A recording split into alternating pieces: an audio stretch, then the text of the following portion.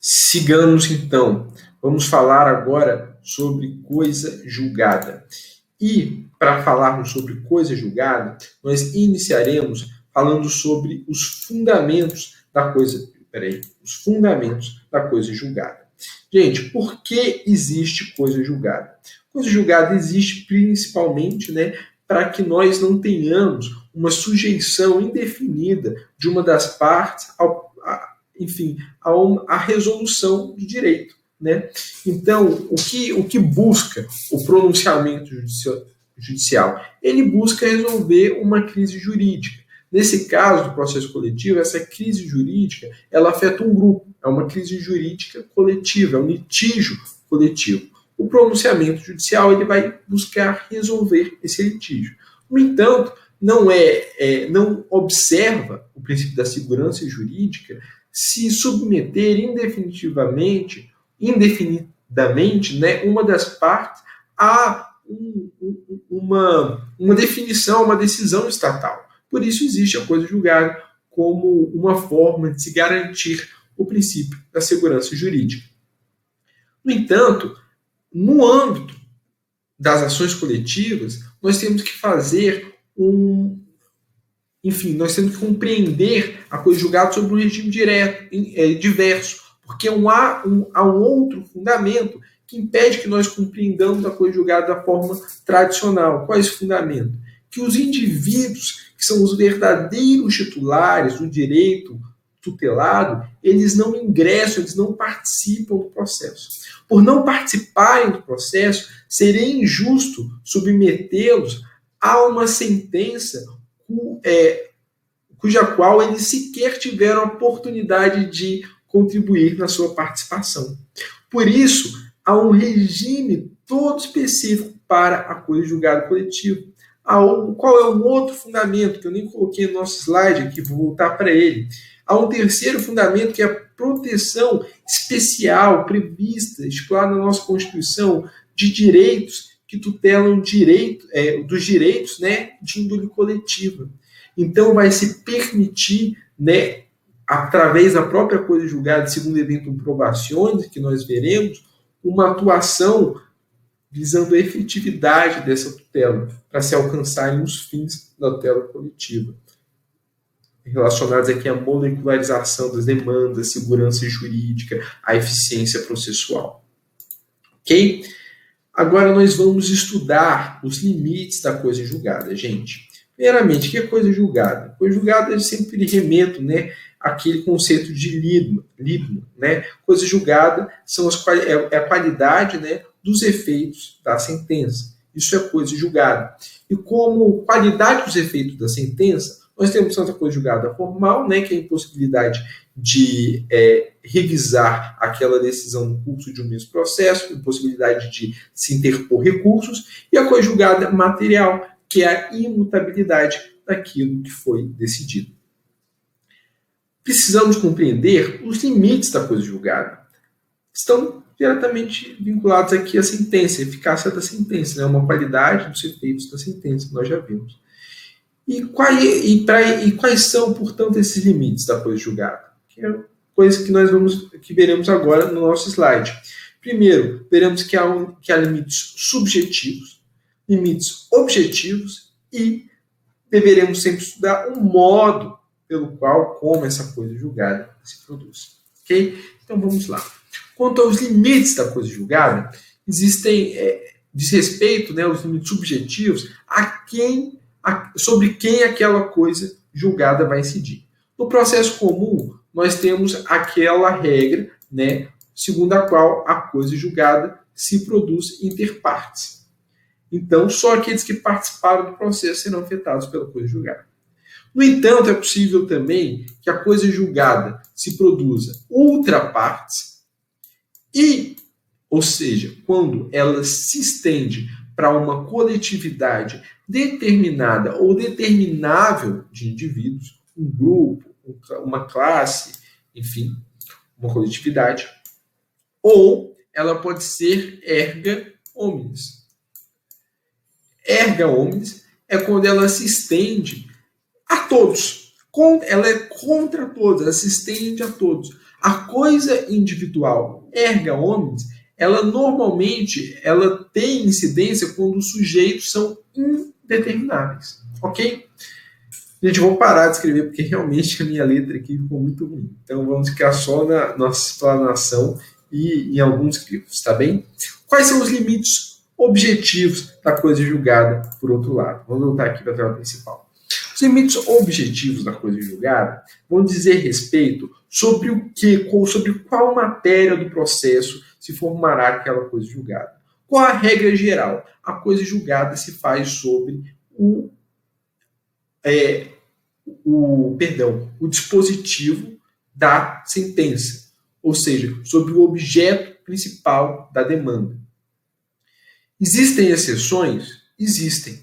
Nós vamos ver lá que o próprio artigo, salvo engano, os parágrafos do artigo 503 do Código de Processo Civil vai permitir, os parágrafos vão permitir a possibilidade de formação da coisa julgada sobre aquele tema que não é o objeto principal do processo, mas é um tema que é prejudicial à resolução do processo. Então, quando a resolução daquela temática for necessária para a solução do objeto principal, quando o juiz for competente e quando houver contraditório e ampla defesa sobre a questão prejudicial, a coisa julgada também se falará sobre o tema que é prejudicial para a resolução do objeto principal do processo, que é a regra, sobre o que se forma a coisa julgada. Nós veremos aqui no processo coletivo que há uma outra exceção ao limite objetivo da coisa julgada, que é o objeto principal do processo. Qual é essa outra exceção? A outra exceção será no caso do transporte utílicos da coisa julgada, que é quando o indivíduo ele não participa do processo, a sentença ela não inclui o indivíduo no dispositivo. No entanto, ele será beneficiado da sentença. Aquela sentença será estendida, utilizada por ele, aproveitada por ele. Nós veremos isso com calma no transporte de utílicos. Então você já entendeu aqui os limites objetivos da coisa julgada. E por fim, nós temos que estudar os modos de produção da coisa julgada. O modo tradicional de produção da coisa julgada é pró e contra. Se você, seja ali uma sentença favorável, seja uma sentença desfavorável, a coisa julgada alcança as partes dos processos de acordo com seus limites subjetivos. De outro lado, é possível também que a coisa julgada se forme segundo o eventum litis, ou seja, se a lide for favorável a uma das partes, haverá coisa julgada em relação a ela. No entanto, se lhe for desfavorável, sequer haverá coisa julgada produzida. Por isso que o modo de produção da coisa julgada é conforme a resolução conteúdo do provimento judicial, segundo eventum litis. Carnelucci vai falar, essa coisa julgada segundo eventum litis é extremamente injusta, porque ela viola o princípio da igualdade e ela viola também o princípio da segurança jurídica. Vamos estudar ela, porque ela existe no processo coletivo. Você já entendeu alguns dos fundamentos, E por fim nós temos a coisa julgada segundo eventum probationis, ou seja, só há quando o provimento judicial ele tem por fundamento a ausência, a insuficiência de provas, não há coisa julgada propriamente dita.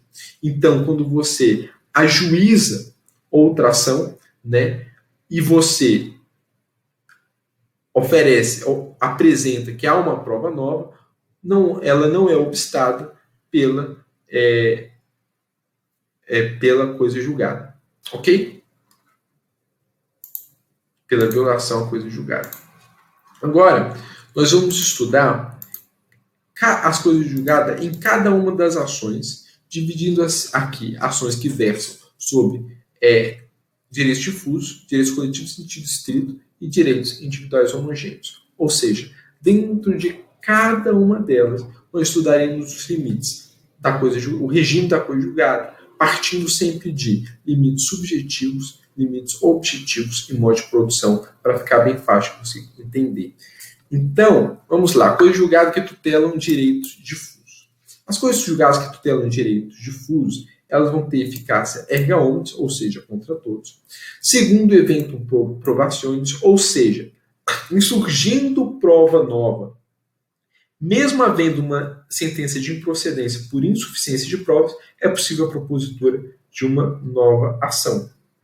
E, por fim, a questão da extensão ao plano individual. Isso aqui diz respeito ao quê? Aos limites objetivos da coisa julgada. Ou seja, a coisa julgada ela tem um conteúdo.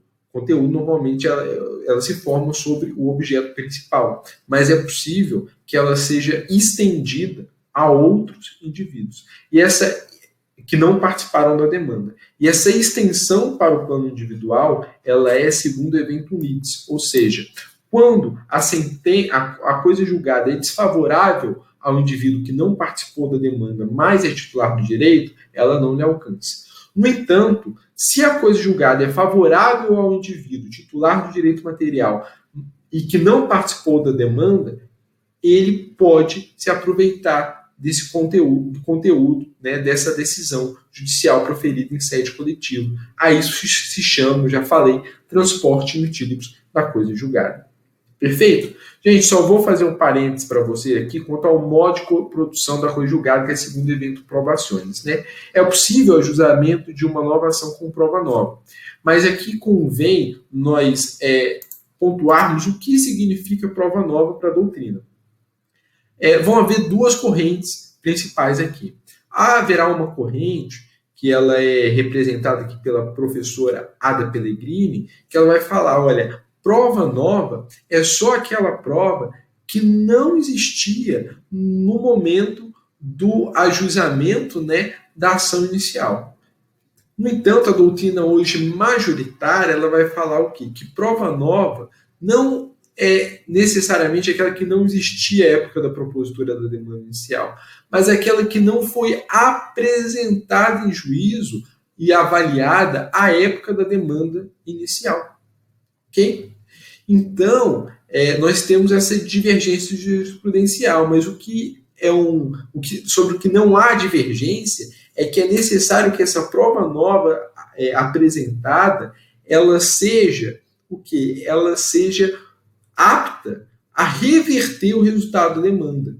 E se chama isso de um requisito subjetivo da prova nova, ou seja, a avaliação se aquela prova nova apresentada ela pode trazer para a demanda eventualmente, né, um resultado de procedência. Se faz esse juízo, né, no momento do recebimento da inicial. E nesse caso, né, e se não houver prova nova? E se o juiz olhando, né, descobrir, isso aqui não é prova nova, isso aqui já foi avaliado na primeira demanda. Ele, obviamente, vai extinguir a ação. Mas ele extingue a ação com base em quê? Ele extingue a ação com base na existência de uma coisa, violação, né, à coisa julgada, por violação a uma coisa julgada existente, ou ele extingue a ação por ausência de interesse de agir.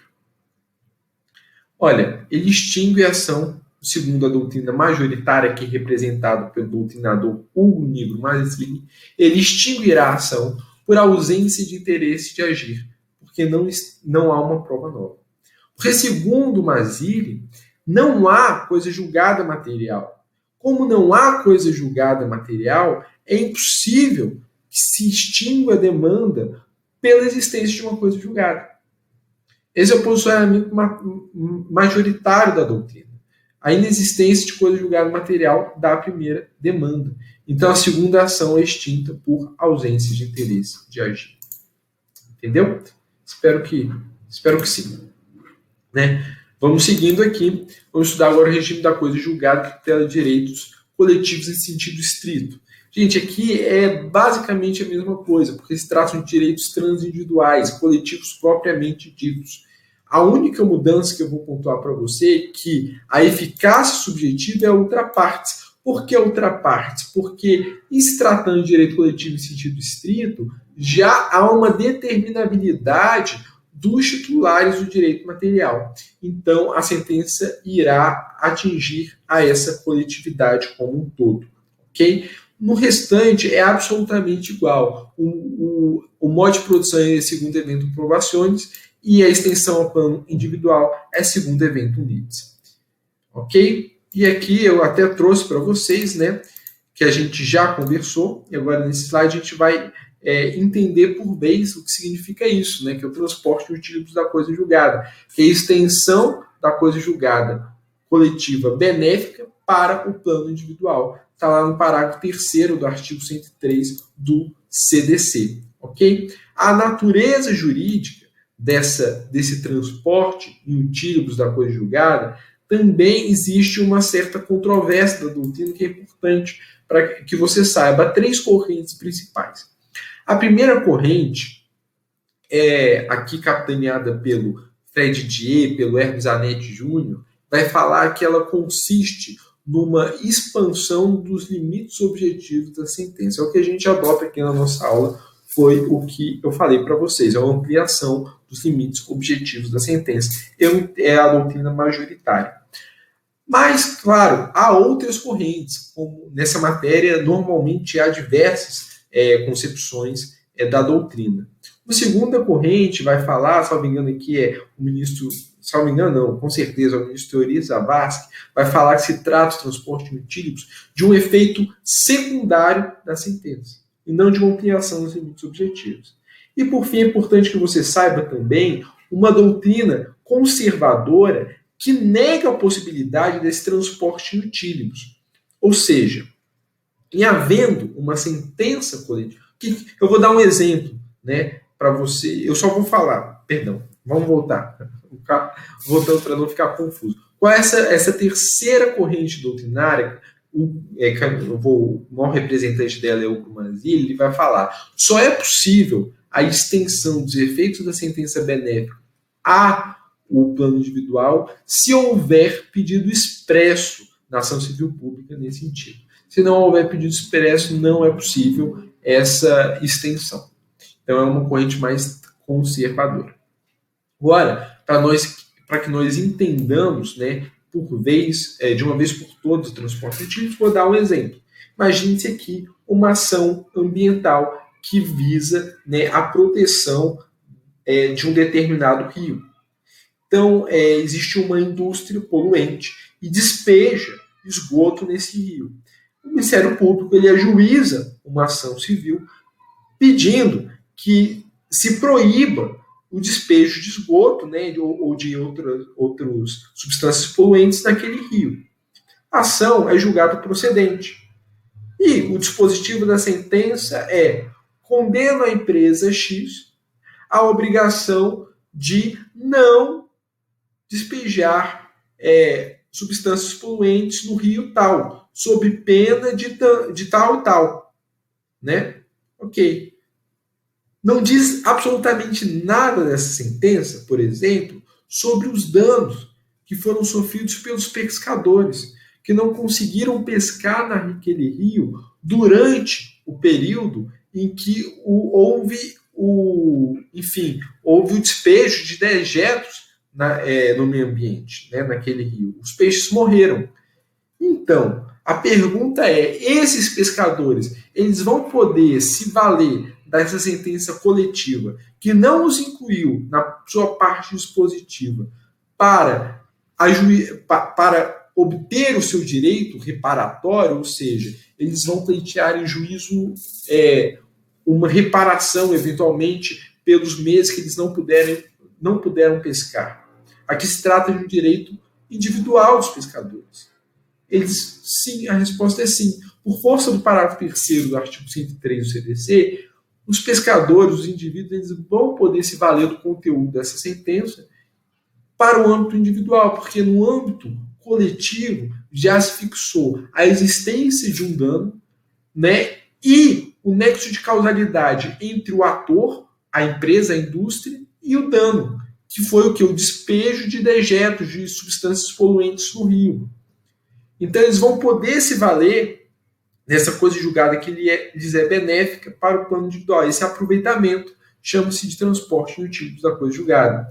Eu lhes pergunto, é possível esse transporte em utilímetros da coisa julgada penal? Sim, plenamente possível. Isso está lá no parágrafo 4º também do artigo 103. Por quê? Porque existem ações penais que têm como bem jurídico tutelado um bem coletivo. Ações ambientais, ações envolvendo proteção da ordem econômica, financeira, tributária. Então é possível que no âmbito de uma sentença penal, fixando-se lá nos termos do inciso 4 do artigo 387 do CPC, fixando-se um quanto indenizatório mínimo na sentença, que essa sentença ela seja utilizada no plano individual também. Então, no plano individual, os indivíduos lesados, eles vão poder aproveitar no plano individual o reconhecimento daquele dano que foi plenamente reconhecido na esfera judicial penal. Ok? Então, aqui estudamos. E, por fim, o último regime da coisa julgada que nós precisamos estudar para finalizar é o regime das ações que tutelam direitos individuais homogêneos. Por quê? Porque aqui é uma mudança muito importante. Tá? Os limites subjetivos da coisa julgada aqui, segundo a lei, serão erga omnes. O Landolfo Andrade vai fazer aqui um comentário interessante. Vai falar, olha, melhor seria se o legislador tivesse dito que são efeitos ultra partes, porque aqui se tratam de sujeitos, os titulares do direito material são determinados ou determináveis. Okay? Mas o que importa para você na sua prova, ainda mais de primeira fase, é a letra da lei. A extensão para o plano individual também só é aproveitável segundo evento NIDS, ou seja, o indivíduo que não participa da demanda titular do direito, ele não é alcançado por aquela decisão, se aquela decisão não lhe for benéfica. E aqui há uma pergunta. Aqui também se fala, Davi, em transporte in utilibus da coisa julgada. Vou escrever aqui, in utilibus. Se fala sobre isso, Davi? Não. Por quê? E aqui é muito bem explicado pelo Hermes Alerte Júnior. Aqui não cabe se falar em transporte in utilibus, porque a própria finalidade de uma ação que versa sobre a tutela de direitos individuais homogêneos é o ressarcimento, é a garantia dos direitos individuais. É uma tutela, é uma ficção jurídica, a tutela dos direitos individuais homogêneos, que não são direitos coletivos, são direitos individuais que são tratados como direitos coletivos. Então, a própria finalidade dessa ação, que versa sobre direitos individuais homogêneos, é atender o indivíduo titular do direito material, é que ele possa se valer daquela sentença coletiva. Então, é óbvio que para que ele se aproveite dessa sentença coletiva, não precisa se falar em transporte in utilibus. A própria finalidade da sentença, isso constará na parte dispositiva da sentença, vai ser a salvaguarda dos seus direitos protegidos aqui no âmbito coletivo, mas é uma ficção jurídica, É uma ficção jurídica para se tutelar direitos individuais qualificados como homogêneos. Tá ok, gente? Então aqui é uma diferenciação doutrinária que eu considero importantíssima, tá? Tanto para a compreensão da matéria como para a prova, tá ok? Então, passando por isso, nós vamos ver, por fim, o modo de produção da coisa julgada. Qual o modo de produção da coisa julgada que trata sobre direitos individuais homogêneos? É pró e contra. Por quê? Porque o legitimado coletivo, independentemente de qual tenha sido o fundamento da sentença coletiva, seja por insuficiência de prova, seja por qualquer outro fundamento, ele não poderá propor uma nova demanda, porque estará alcançada já a primeira demanda, independentemente dos seus fundamentos, pela qualificação da coisa julgada, que é a imutabilidade, por essa grande característica da coisa julgada. Então, a coisa julgada pró e contra, a coisa julgada aqui, atenção, não é segundo evento improbationes. Essa é a jurisprudência do STJ. Criticada? Sim, criticada. a doutrina vai criticar, falar que não, deveria ser segundo evento probationis também. Para a sua prova, o que importa agora, né, é saber, sim, da crítica doutrinária, porque vão falar que aqui se aplica um microsistema processual coletivo, mas é importante que você saiba que, segundo a jurisprudência do STJ, o modo de produção é pró e contra. Gente, quanto aqui aquele outro fator que nós falamos, já que é a extensão do plano individual da sentença que versa sobre direitos individuais homogêneos, nós enfatizamos aqui que se faz segundo o evento unitis, ou seja, só é extensível para o plano individual se lhe for favorável, ou seja, se for desfavorável a sentença coletiva, o indivíduo ele poderá, em tese, ingressar com uma nova ação para resguardar o seu direito individual. No entanto, há duas exceções à extensão para o plano individual, apenas a coisa julgada benéfica. A primeira extensão está no artigo 94 do CDC, que é quando o indivíduo ele ingressa na ação como litisconsorte.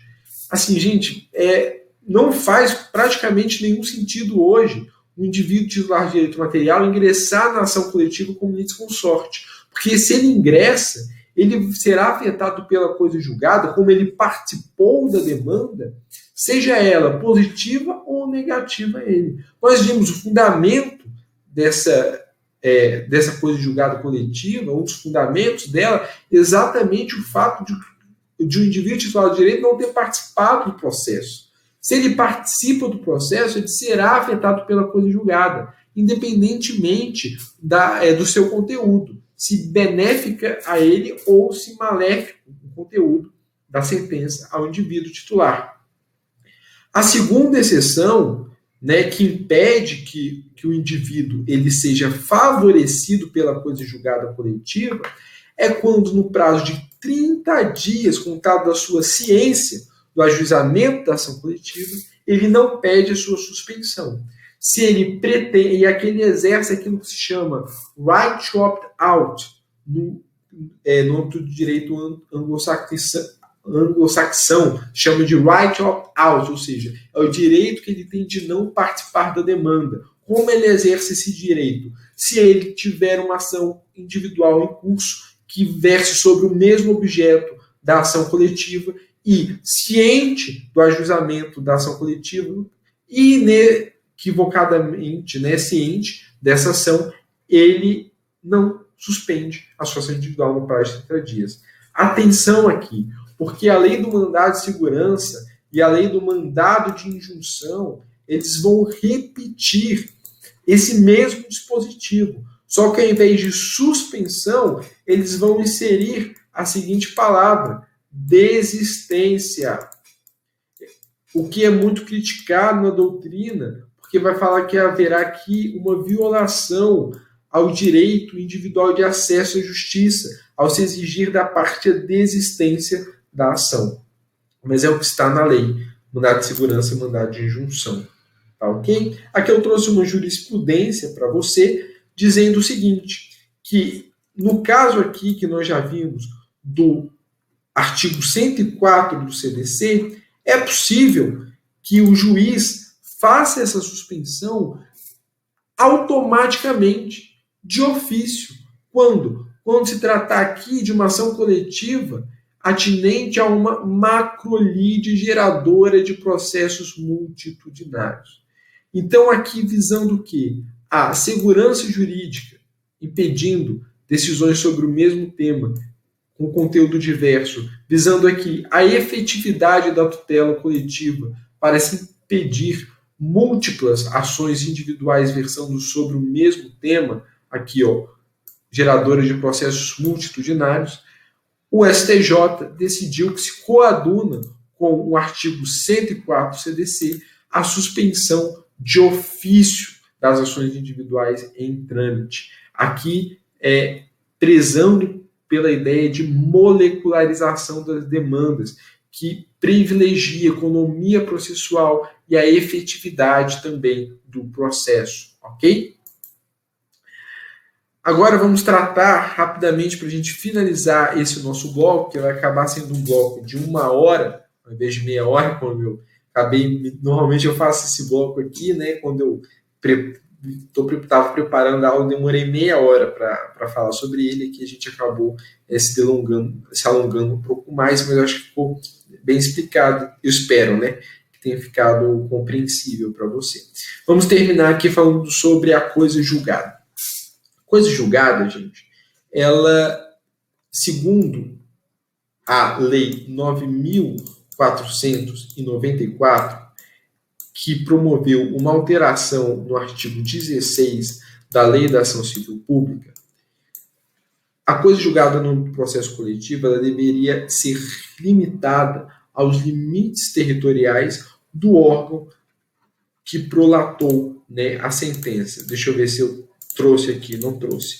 Mas é isso que diz o artigo 16 da Lei da Ação Civil Pública, alterado pela Lei 9.494 de 1917.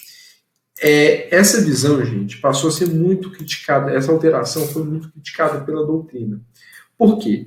Primeiramente porque ela comete uma inconsistência teórica, né, em termos de teórica mesmo de direito. Por quê? Porque não se confunde aqui competência com os limites da coisa julgada. A coisa julgada, ela é restringida, nós já vimos, por seus limites subjetivos e objetivos. Se a coisa julgada é erga omnes, significa que ela vai alcançar a todos, independentemente do juiz que prolatou a sentença. Ok? Então, há uma inconsistência terminológica aqui, quando o artigo 16 da Lei da Ação Civil Pública vai falar que a decisão, né, terá eficácia nos limites territoriais do órgão prolator. Além disso, esse dispositivo ele vai ser contestado porque ele cria uma crise de efetividade, porque a sentença coletiva, exatamente por tratar de diversas situações semelhantes que às vezes transbordam limites territoriais, ela precisará, para que tenha efetividade, ultrapassar os limites da competência do órgão prolator. Há um exemplo, aconteceu no Brasil, muito dado, do caso do uso, do uso de cigarros, né, do fumo de cigarros em aeronaves. Antigamente, pasme, acontecia, né, se fumava em aeronaves, hoje isso é inconcebível. O tribunal, se não me engano, o Tribunal de Justiça do Rio Grande do Sul, em sede de uma ação civil pública, ele proferiu, acho que é isso mesmo, acho que é Rio Grande do Sul, proferiu uma decisão proibindo o uso de cigarros em aeronaves.